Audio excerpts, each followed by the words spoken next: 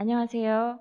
저는 기술 분야별 투자 방향 공청회 제2부 기초기반 분야의 진행을 맡게 된 기초기반전문위원회 전문위원 이하진입니다. 지금부터 2023년도 정부 연구개발 투자 방향 및 기준안 공청회 제2부 순서로 기초기반 분야에 대한 발표와 심층 토론을 시작하겠습니다.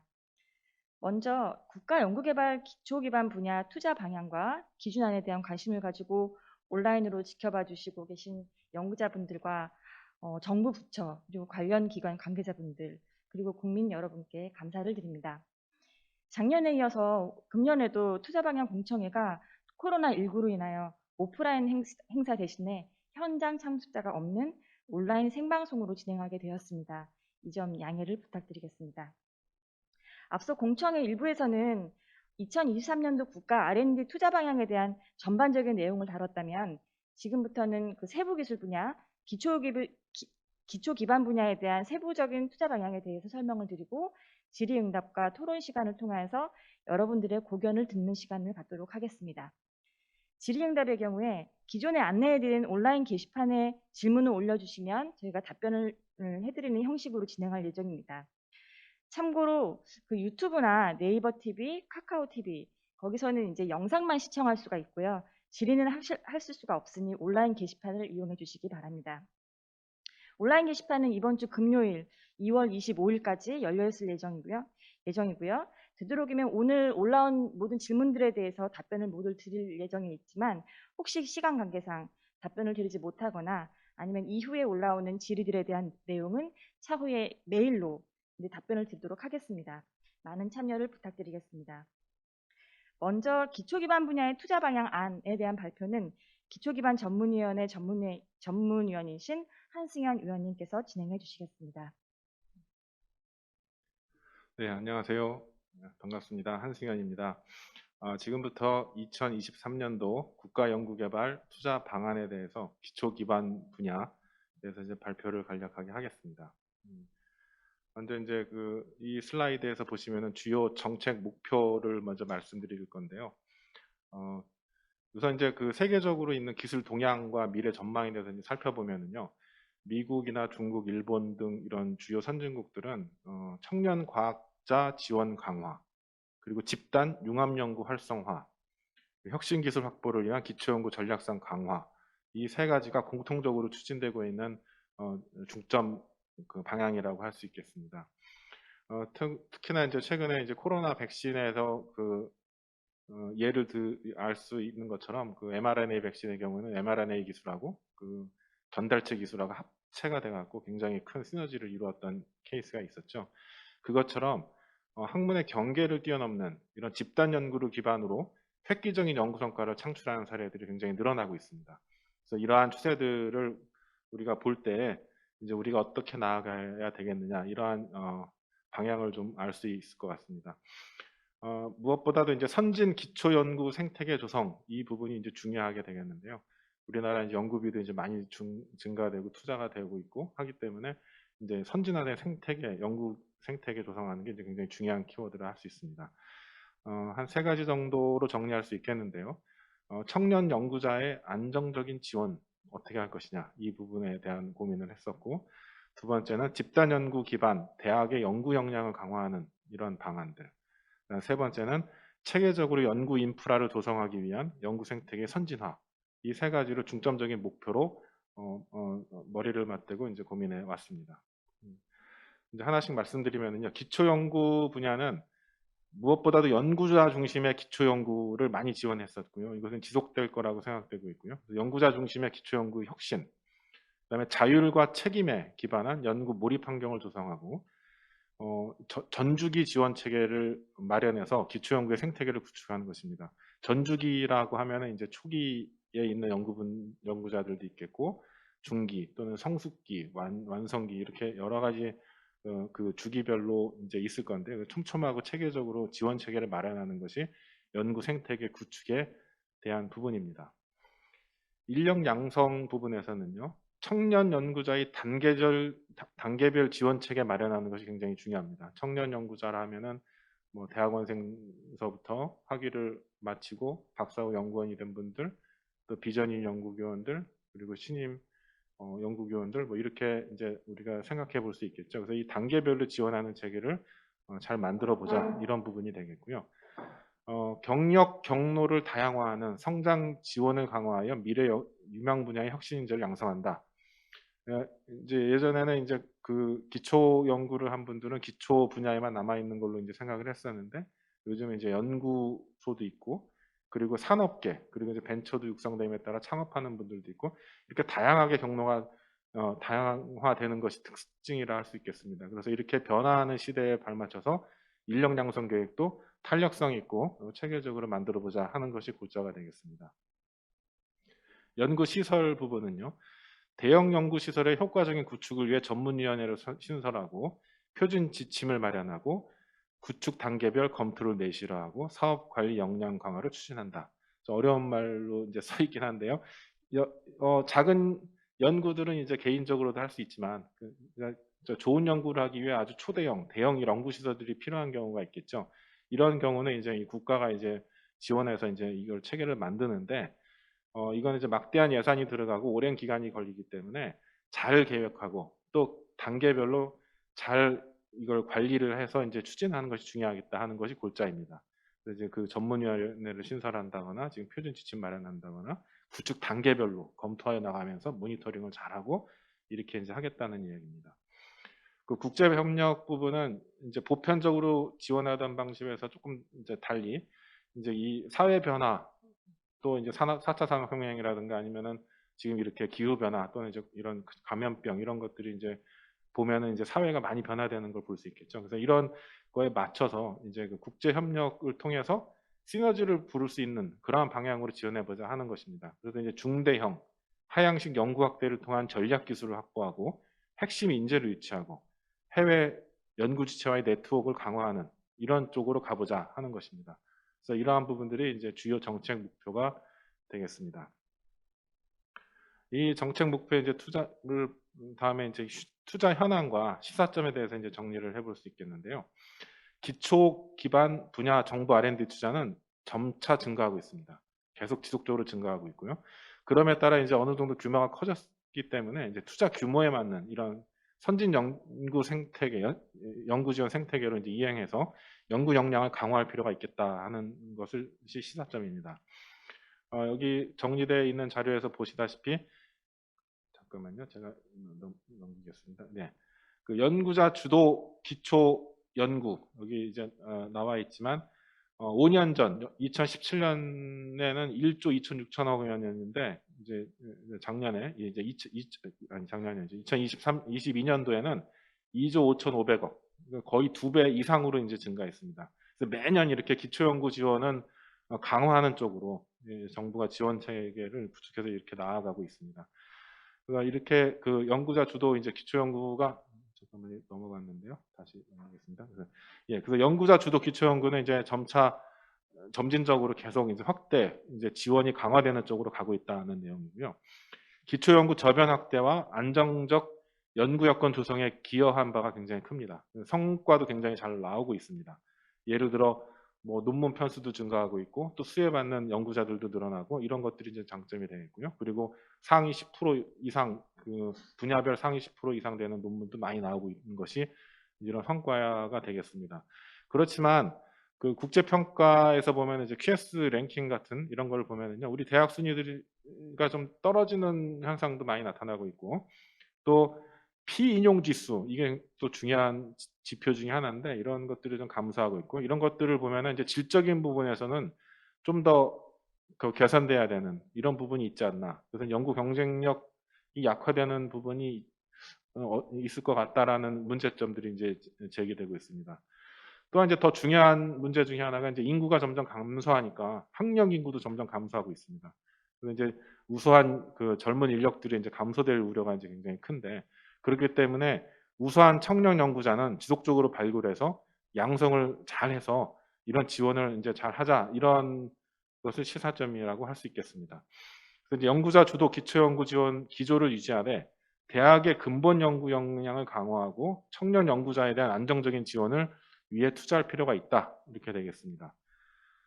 그리고 기반 인프라에 대해서 좀 말씀드리면은 대형 연구시설 구축에 장기간에 걸쳐서 이제 굉장히 많은 예산이 투입된다고 아까도 말씀드렸는데요. 이 최첨단 대형 연구시설의 구축 계획에서 변경이 있거나 이렇게 되면은 뭐 천문학적인 예산이 또 투자되고 낭비되는 일들도 있을 수 있습니다. 그렇기 때문에 대형 연구시설 구축이 필요할 때에는 그 필요 기술과 성능에 따라서 검증을 철저하게 하고 그리고 단계별로 투자하도록 해서 그 단계가 미흡하면 더 뭐 조금 더 보완하도록 한다거나 뭐 또 잘 되면은 그 다음 단계로 빨리 가게 한다거나 이렇게 될 수 있겠죠. 그래서 단계별로 투자하도록 해서 불확실한 요인들을 최소화하고 이렇게 이제 사업 관리를 강화하는 것이 필요하다 하는 것이 시사점이 되겠습니다. 다음은 2023년도 투자 방향에 대해서 좀 더 상세하게 말씀드리도록 하겠습니다. 여기 발표 자료에서 보시는 것처럼 개인 집단 기초연구의 안정적 전략적 지원 그리고 과학기술 혁신인재 지원 강화로 지속 가능한 국가 연구 역량 확보가 이제 중요한 투자 방향이 되겠습니다. 정부는 소외 학문을 포함한 전 이공학 분야에 대해서 연구자들의 예측 가능할 수 있는 방향으로 안정적으로 지원한다. 이런 것이 이제 되겠고요. 뭐 예를 들어서 신규 과제를 일정 수만큼 유지한다거나 매년 이렇게 바뀌지 않고 뭐 변동되는 이런 일들도 가끔 있는데 이제 그런 것들을 이야기하는 거고요. 그리고 연구자들이 이제 장기적인 목표와 계획을 세우려면은 예측 가능해야 되겠죠. 그래서 이제 예측 가능성을 이제 강화한다는 이런 뜻입니다.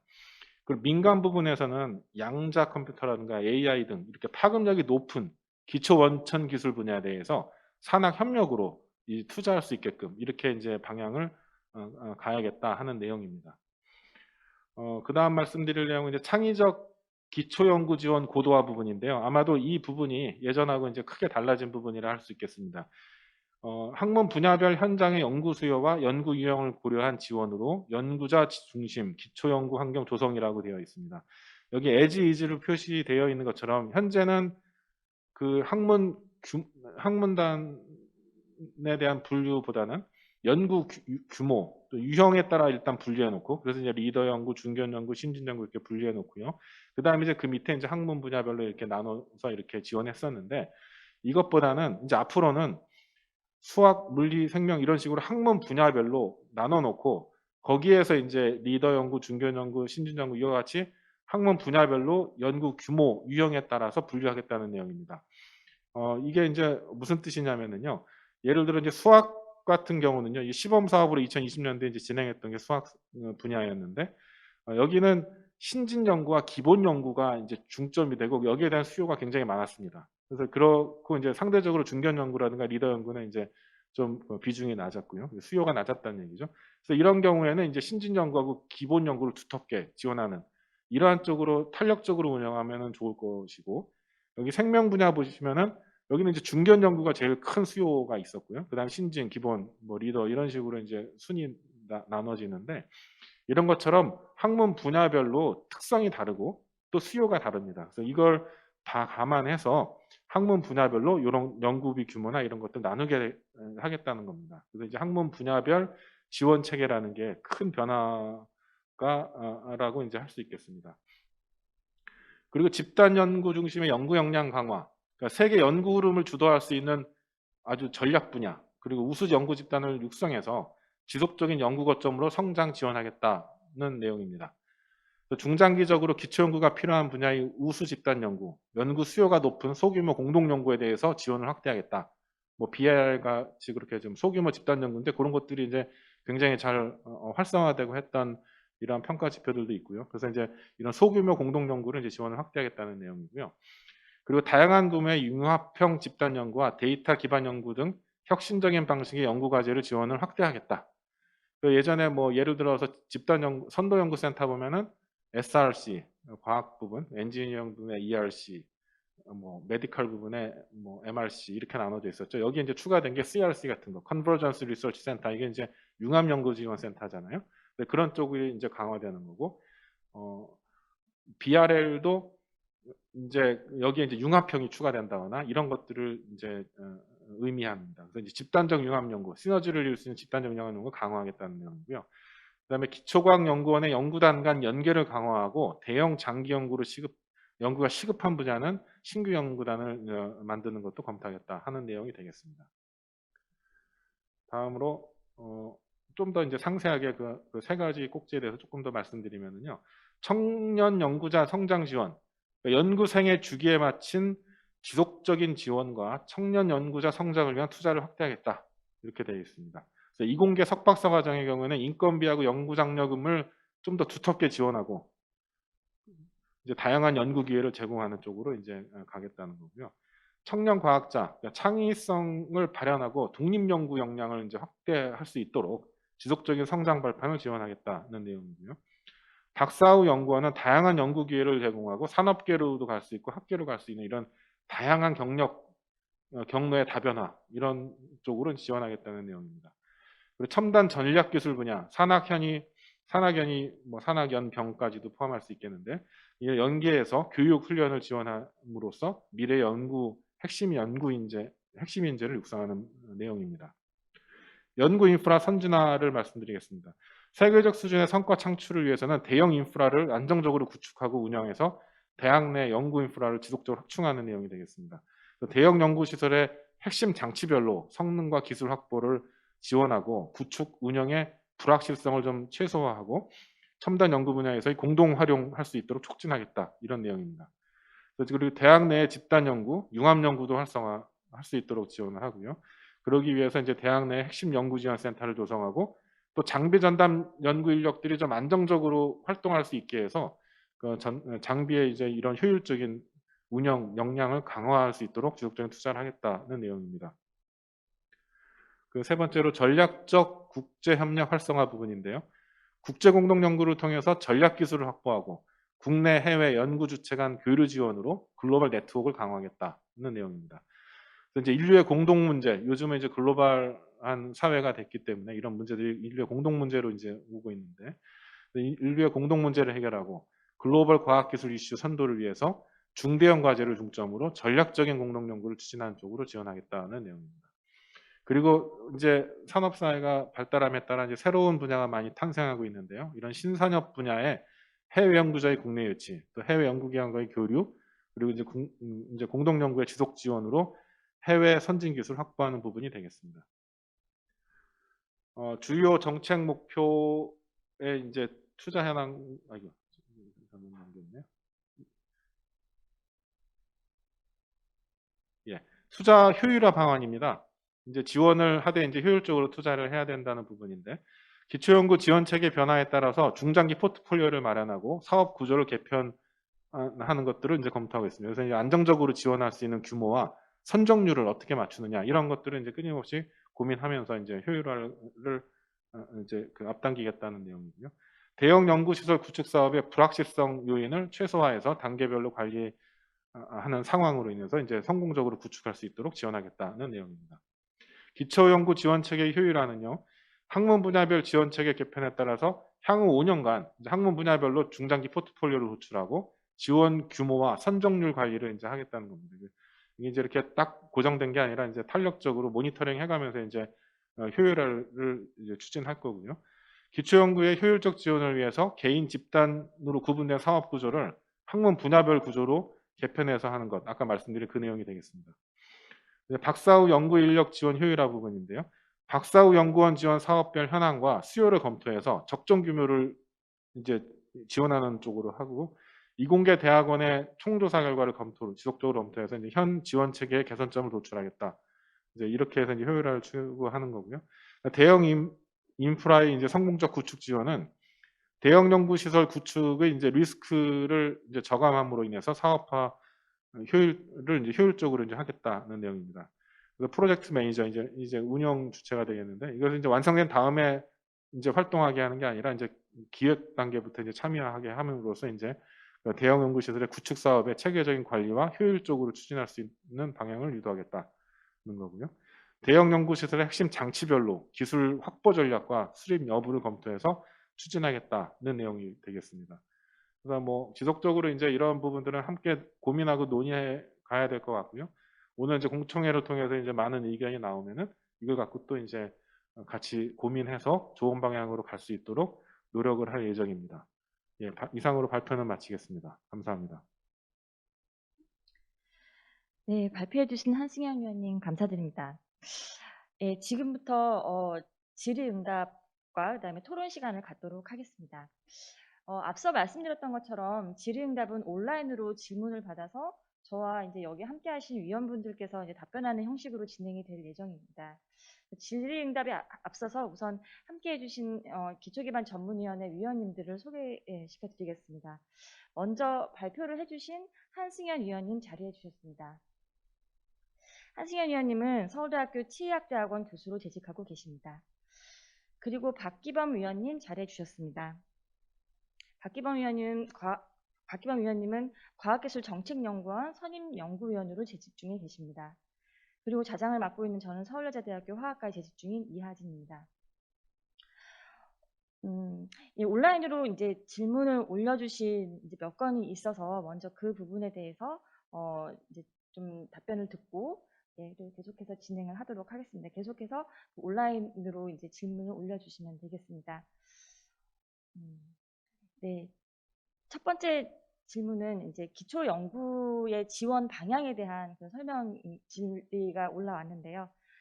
기초 연구 예산 2배 확대, 국정과제 목표가 2022년도에 2조 5,500억이죠. 원이죠. 네. 그러니까 2조 5,500억 원. 예산으로 이제 배정이 이제 확정이 돼서 달성이 된 것으로 알고 있는데 이후에 기초연구 지원의 방향은 어떤 것인가에 대한 질문을 주셨습니다. 이 부분에 대해서 박기원 위원님께서 좀 답변을 해주시면 좋을 것 같습니다. 예, 안녕하십니까. 전문위원 박기범입니다. 다들 아시는 바와 같이 22년까지 기초연구 예산은 2배 확대를 이뤘습니다. 사실 수십 년 동안 일정한 기조를 유지하던 사업이 5년이라는 단기간에 이제 2배 확대가 된 것은 굉장히 의미가 큰 일이라고 생각을 합니다. 이런 양적 확대에 이어서 그 이후에 어떤 기초연구 정책에 대해서 많은 궁금증이 있으실 거라고 생각합니다.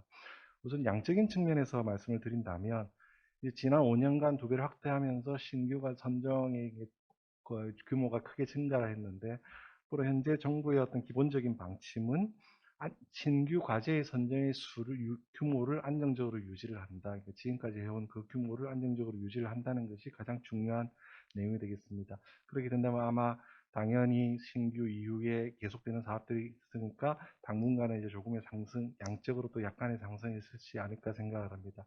근데 그것보다 더 중요한 어떤 기초연구 지원 방향, 바로 질적인 변화라고 할 수가 있겠습니다. 앞서 소개 발표에서도 있었지만 학문 분야별 지원 체계로 전환한다는 것은 굉장히 큰 의미를 담고 있습니다. 단순히 가로로 있던 사업을 세로로 배열을 바꾼 것이 아니라 이전의 어떤 사업 구조가 리더, 중견 이런 것을 어떤 정책적인 결정에서 개인과 집단의 비중 이런 것이 정해져서 사업이 예산이 통과되고 하는 구조였다면 이제는 그런 결정이 학문 그 분야 내에 연구자 커뮤니티 내에서 주도적으로 이루어진다라는 것을 뜻합니다. 지금 현재 시범으로 실시되고 있는 수학에서 아까 소개한 바와 같이 어떤 필요에 따라서 어떤 부분의 예산을 조금 더 확대한다든지 하는 부분, 이것이 이제 올해 전 분야로 확대가 되고 내년부터 안정적으로 정착이 될 것으로 기대를 하고 있는데, 이런 변화는 연구자들의 어떤 자율성이 크게 확대되는 그런 연구 지원 체계에서의 큰 변화라고 할 수가 있겠습니다. 그리고 이제 앞서에도 소개를 했었지만 어떤 환경적 변화에 따라서 기초 연구가 단순히 그냥 묻지 마시기 불뿌리 이런 것이 아니라 실제로 어떤 성과를 보여줄 수 있는 부분, 어떤 그런 전략성에 대한 부분도 조금의 강화가 필요할 것이고, 그다음에 무엇보다 중요한 젊은 청년 연구자와 신진 연구자들에 대한 지원도 꾸준히 유지가 될 계획입니다. 네, 답변 감사드립니다. 다음 질문에 대해서는요. 그러니까 올해와 내년에 이제 가장 크게 달라지는 내용에 대해서 질문인데요. 전년과 다른 투자 방향 내용이 있는지 궁금해하시는 분들이 계시는데 이 부분에 대해서 한승현 위원님께서 좀 답변을 해주시면 감사하겠습니다. 네, 좋은 질문이고요. 아까 제가 발표 자리에서 이제 말씀드릴 때 강조한 부분도 있었고, 지금 이제 박기범 위원님께서도 이제 한 번 더 말씀해 주셨는데, 사실 뭐니 해도 이제 학문 분야별로 나누고, 거기에서 지원 체계가 이제 학문 분야별로 나눠서, 그 다음에 그 학문 분야별로 그 안에서 이제 학문 규모, 그 연구 규모별로 이제 나눠서 지원한다. 이런 부분이 이제 가장 큰 변화라고 할 수 있겠습니다. 그 부분은 이제 사실 2020년도에 이제 수학 학문 분야를 갖고서 이제 시범 운영을 해봤고요. 그래서 이 과정을 통해서 나타났던 문제점, 보완할 점들 이런 것들을 이제 많이 이제 수정을 해서 이제 보완을 했고요. 2021년도에 6개 분야로 이제 확대 적용해서 요거를 운영해 보았습니다. 그래서 이제 좀 더 이제 개선이 되었고요. 2022년부터는 이제 10개 분야, 전 분야로 이제 확대돼서 이 부분들이 이제 운영이 될 것입니다. 그래서 이제 이런 그 학문 분야별로 나눠서 이제 할 때는 또 각각 학문 분야별로 뭐 얼마만큼의 예산이 얼마만큼 가고 뭐 어떻게 되는 이런 것도 궁금하실 것 같은데요. 그래서 이제 연구계의 의견하고 또 수요, 또 분야별 특성 이것들을 이제 고려해서 이제 이런 것들을 정하게 될 거고요. 그리고 이게 이제 딱 고정돼서 돼 있는 게 아니라 이제 매년 그 모니터링을 하면서 이런 부분들을 이제 개선해 나가는 쪽으로 이제 갈 부분입니다. 이제 뭐 이게 이제 당장 적용되는 사업이 그러면 어떤 게 될 거냐 뭐 이렇게 궁금하실 수도 있겠는데 이제 과기정통부 기초연구지원 사업, 뭐 개인 기초연구하고 집단 연구지원 사업 이런 것들을 중심으로 이제 운영을 할 계획이 있습니다. 그래서 이 부분에 대해서 이제 많이 이해해 주시고 협조해 주시고 또 개선 방향이 있으시면은 우리한테 알려주시고 하시면 이런 부분들을 이제 점차적으로 개선해서 보완해 가면서 이 정책을 추진하는 쪽으로 노력을 하도록 하겠습니다. 네, 감사합니다. 연구 동향이나 이제 어떤 수요를 고려를 해서 이제 학문 분야별로 이제 어떤 포트폴리오를 마련을 해서 예산을 지원할 계획이다라고 하는 것이 이제 답변의 핵심인 것 같습니다. 예, 네, 또 네, 다른 질문 하나는요. 이제 올해 이제 내년도에는 이제 청년 연구자들의 이제 성장 지원을 위한 어떤 그런 투자 방향이 이제 굉장히 좀 이렇게 다양하게 나왔던 것 같은데 내용에 의하면 이제 그 학령 인구 감소로 향후에 이제 과학기술 인력 확보에 어려움이 많을 것 같습니다.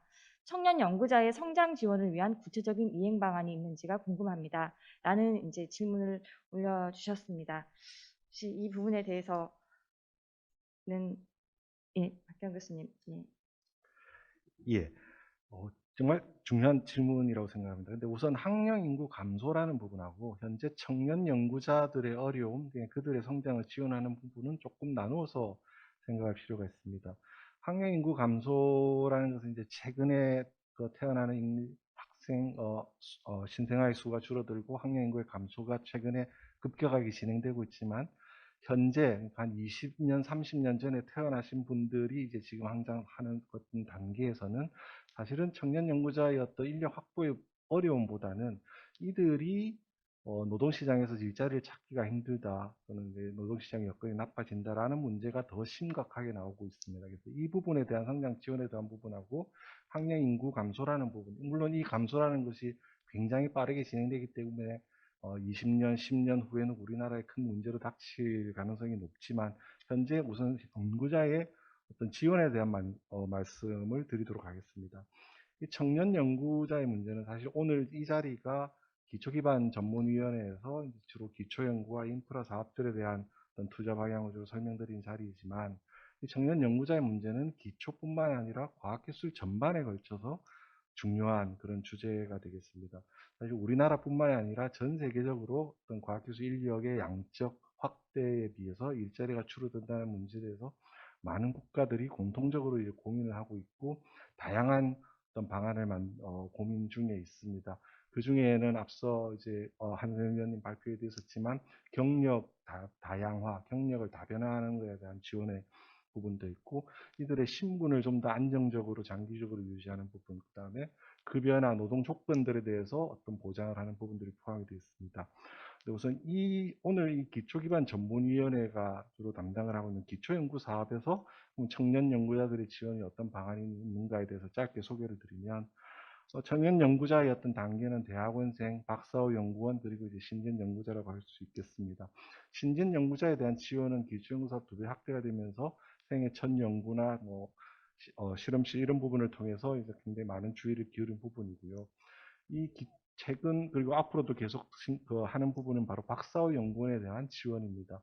박사후 연구원이 지금 매년 박사학위 과정에서 2,000명 이상이 박사후 연구원으로 어떤 진입하는 것으로 추정이 되고 있는데 이 부분들에 대한 지원, 특히 이제 이 사업 중에서는 세종 펠로우십이 올해 300명 이상의 규모로 확대될 예정이고, 그다음에 이게 기존의 박사후 국내 연수 사업이나 또 경력 다양화 지원을 위한 키우리 사업도 지금 이제 시범 사업을 거쳐 확대를 준비 중에 있습니다. 그리고 출연연에서 진행하고 있는 출연연 맞춤형 인력 양성 사업도 박사후 연구원에 타겟을 두어서 어떤 지원을 강화하는 그런 노력을 하고 있습니다. 그리고 박사후 연구원이 이제 이전에는 주로 어떤 멘토 지도 교수의 과제에 참여하는 형태로 어떤 처리를 했다면 정부 정책의 어떤 기본적인 방향은 이들이 좀 더 자율적으로 독자적으로 자기 자신의 과제를 할 수 있는 그런 독립적인 연구자로서의 과제를 확대하겠다는 것이고, 그 규모는 지금 현재 배출되는 박사후 연구원의 진로를 고려해서 이제 충분히 부족함이 없도록 될 것으로 예상이 되고 있습니다. 그리고 이제 그것뿐만이 아니라 앞서도 말씀드렸지만 기초연구 사업의 범위를 넘어서서 어떤 연구자들의 안정적인 일자리를 제공하고 신분적인 장벽을 제거하고 또 하는, 그다음에 경력을 민간 또는 출연연 다른 분야로 이제 가실 수 있도록 경력 다양화를 지원하는 방안들도 함께 고민이 되고 있습니다. 네, 답변 감사드립니다. 그러니까 청년 연구자들이 이제 뭐 학기 과정부터 시작해서 이제 성장하는 어떤 신진 연구자로서 이제 성장할 수 있도록 어떤 단계적인 이제 그런 계획을 세우고 안정적인 지원을 하겠다라고 하는 것이 이제 청년 연구자 성장 지원을 위한 2023년도에 이제 그런 투자 방향이라고 이해를 하면 될 것 같습니다. 더 이제 질문이 올라온 것들은 혹시 없는데요. 네. 예, 일단은 아직은 이제 여기까지 이제 질문이 올라왔고, 혹시 더 질문이 혹시라도 이제 좀 하시기 전에 혹시 위원님들 분께서 좀 혹시 이번, 이 설명과 관련해서 혹시 좀 추가를 하고 싶거나 아니면 좀 강조를 하고 싶으신 내용들이 혹시 있으시면, 예, 말씀을 해주시면 있으신가요?